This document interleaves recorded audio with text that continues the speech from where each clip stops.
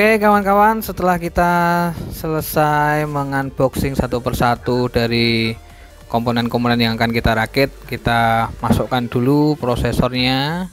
Kemudian itu kita pasang heatsinknya, RAM, SSD di luar casing. Setelah itu baru kita masukkan ke casing. Itu untuk lebih memudahkan saja. Sebenarnya kita pasang semuanya ketika satu-satu ke casing juga bisa, tapi akan lebih susah seperti itu ya.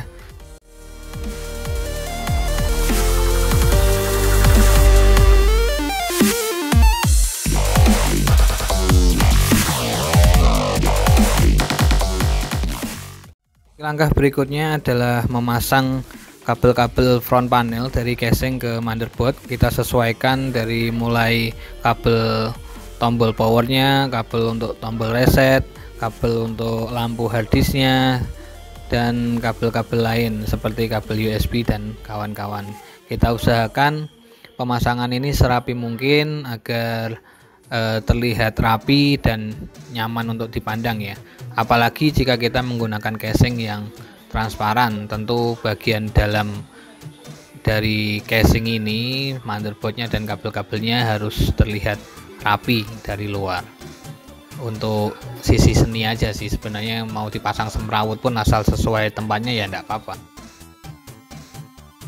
Oke, langkah yang kita perlu lakukan berikutnya adalah memasang power supply-nya. Dan power supply ini untuk casing seri TR5000 ini berada di bawah ya, jadi kita sesuaikan, lalu kita keluarkan kabelnya menuju bagian belakang, menuju bagian samping kiri dari casing ya, samping kiri dari casing.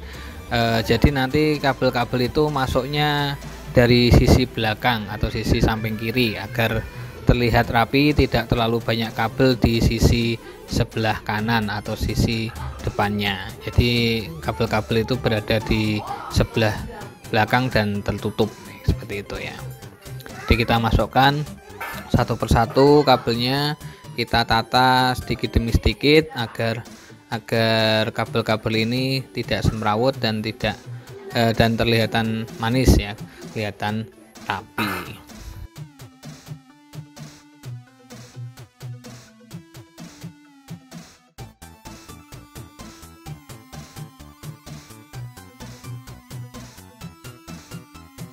Kita pastikan kabel-kabel front panel sudah terpasang semuanya, baik itu kabel harddisk, kabel power, kabel lampu, hingga ke kabel USB, khususnya kabel USB 3.0 nya ya. Kita cek ulang, kita pastikan ulang, dan kita rapikan ketika memang sudah terpasang semuanya ya.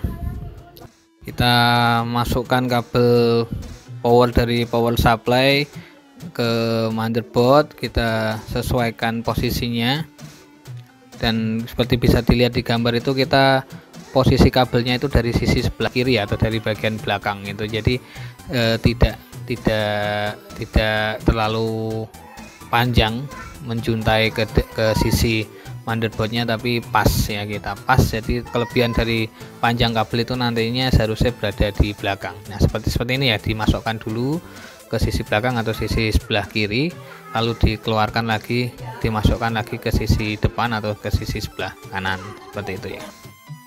Setelah VGA terpasang dan komponen-komponen lain terpasang, kita pasang harddisknya. Karena di seri ini, seri casingnya TR5000 ini, harddisk berada di bawah, tepat di depannya power supply, maka kita harus menyesuaikan dan memasang slot harddisknya di situ. Kita pasang kabel-kabelnya, baik itu kabel power maupun kabel data SATA-nya. Lalu yang terakhir, setelah semua terpasang, kita memasang fan-nya ya. Untuk fan sendiri, untuk fan casingnya, karena kita mempunyai 4 fan, saya pasang di sini 2 di atas, 1 di belakang, dan 1 di sisi depan. Untuk yang di atas kita fungsikan sebagai saluran keluar, jadi dia akan meniup udara dari bawah, dari dalam casing keluar. Lalu yang di depan dan di sisi belakang itu untuk memasukkan udaranya. Kenapa demikian? Karena agar sirkulasi udara di dalam casing ini lancar ya.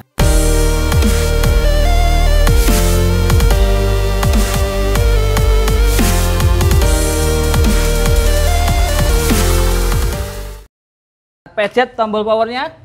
Tara, oke. Nah, itu tampilannya. Kita geser ke source-nya, ke HDMI ya.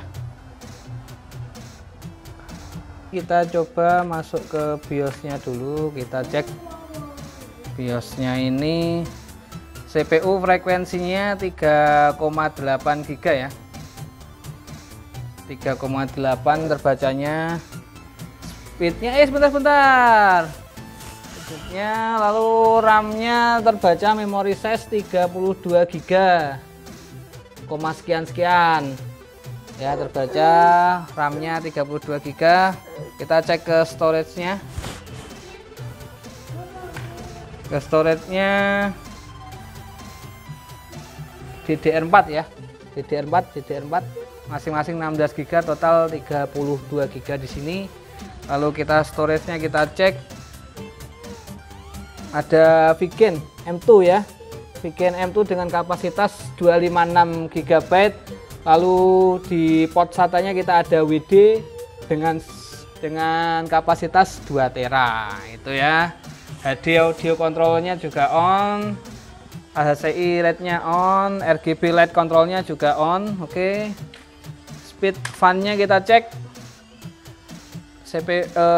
Fan speednya mencapai hampir 500 ya, hampir 500 rpm, dan temperaturnya 45 derajat Celcius.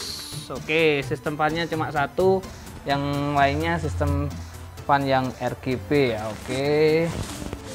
Sementara itu dulu, kita bisa lihat di sini fan-nya ya, fan bawaan dari AMD-nya. Kita lihat di sini fan-nya berubah-ubah warnanya, RGB ya, red, blue, green, dan yang fan yang lainnya ini fan bawaan casing ya.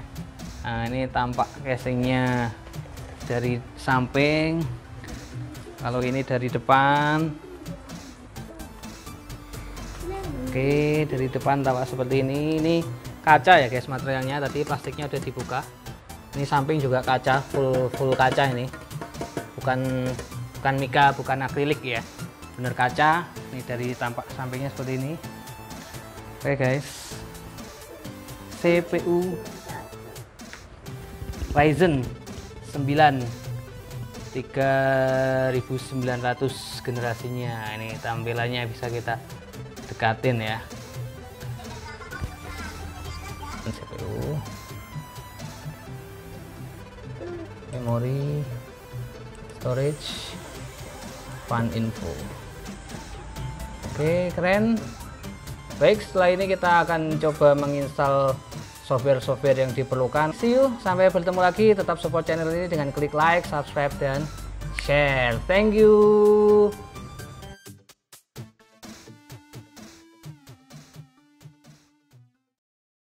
Andaikan dunia mengusir aku dari buminya, tak akan aku merintih, juga tak akan aku menangis. Ketidakadilan yang ditimpakan oleh manusia bukanlah alasan